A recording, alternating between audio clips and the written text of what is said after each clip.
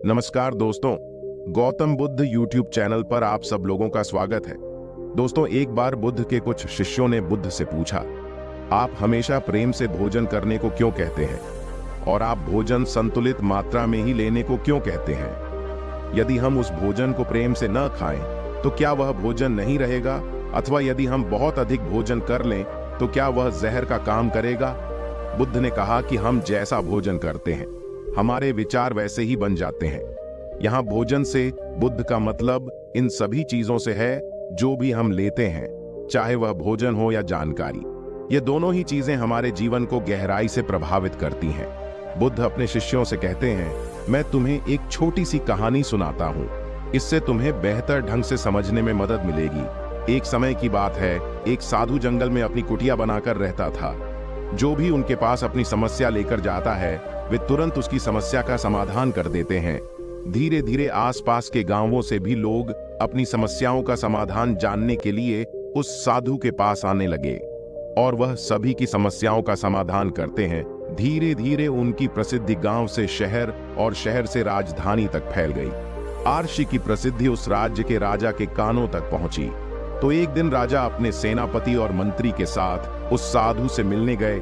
राजा ने साधु से कहा, महाराज, मैंने आपके बारे में बहुत चर्चा सुनी है। मैंने सुना है कि आपके पास हर समस्या का समाधान है, इसलिए मुझे लगता है कि हमारी राज्य अदालत में आपकी सबसे ज्यादा जरूरत है, जहां लोग हर दिन नई समस्याएं लेकर आते हैं। आप यहाँ जंगल में अपना समय क्यों बर्बाद कर रहे हैं? आपको यहाँ उचित भोजन भी नहीं मिलेगा। जंगली फलों को तोड़कर खाना चाहिए, पत्थरों पर सोना पड़ेगा। आप हमारे साथ हमारे महल में आ जाइए, वहां आपको हर सुविधा दी जाएगी। खाने के लिए स्वादिष्ट व्यंजन होंगे, आप इनका स्वाद लीजिए। आप यहाँ अपना समय क्यों बर्बाद कर रहे हैं? आप हमारे साथ हमारे राज दरबार में बैठिए और राज दरबार की शोभा बढ़ाइए। वह साधु उस राजा को बहुत मना करता है, लेकिन राजा नहीं मानता, उसके चरणों में गिर जाता है और अंत में साधु को अपने साथ महल में ले जाता है। और महल में वह राजा अनेक प्रकार के दान देता है। उस भिक्षु को सुख सुविधा दी। धीरे धीरे समय बीतता जाता है और इसके साथ ही धीरे धीरे साधु का व्यवहार भी बदल जाता है। आपको यकीन नहीं होगा कि किस राजा के महल में रहते रहते उस साधु का व्यवहार पूरी तरह से बदल जाता है। ये बात उस साधु को भी समझ नहीं आती, उसका स्वभाव इतना क्यों बदल रहा है। फिर अचानक एक दिन मौका पाकर साधु महल से भाग जाता है, लेकिन वह अपने साथ कुछ कीमती सामान लेकर जाता है।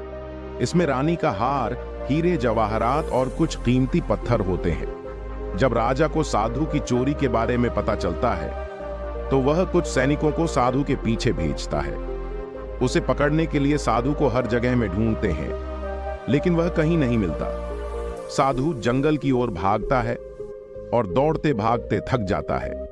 फिर जंगल के बीच में आकर एक पेड़ के नीचे बैठ जाता है। जैसे ही वह पेड़ के नीचे बैठता है, पेड़ से एक फल टूटकर उस साधु के पास गिर गया। साधु बहुत भूखा था, इसलिए उसने फल खा लिया।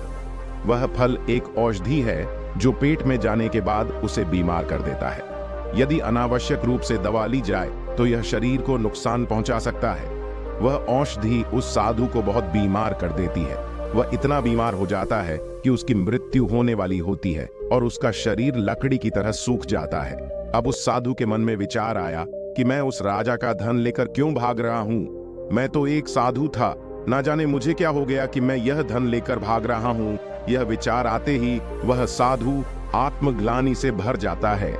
वह बहुत पश्चाताप करता है और महल में वापस चला जाता है और राजा का धन लौटाने लगता है और साधु से पूछता है कि फिर आप यह धन लेकर क्यों भाग गए?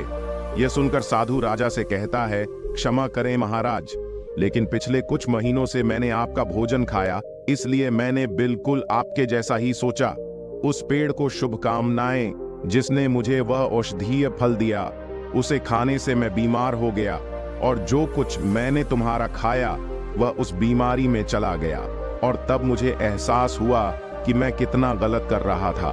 वह आर्षि राजा से कहता है कि तुम्हारे पास जो भी धन है वह तुमने कड़ी मेहनत करके नहीं कमाया है, या तो तुमने इसे चुरा लिया या पुनः प्राप्त कर लिया। इसीलिए इस धन के उपयोग में मेरी बुद्धि भ्रष्ट हो गई थी। कथा समाप्त होने के बाद बुद्ध शिष्यों से कहते हैं, हम जो स्वीकार करते हैं वही हमारा भविष्य तय करता है। इसलिए मैं आपसे कहना चाहता हूं कि किसी भी चीज को स्वीकार करने से पहले यह देख लें कि वह चीज क्या है। आप जो लेने जा रहे हैं वह कहां से आता है? क्या यह पाप से आता है? क्या यह क्रोध या ईर्ष्या से आता है या प्यार से आता है?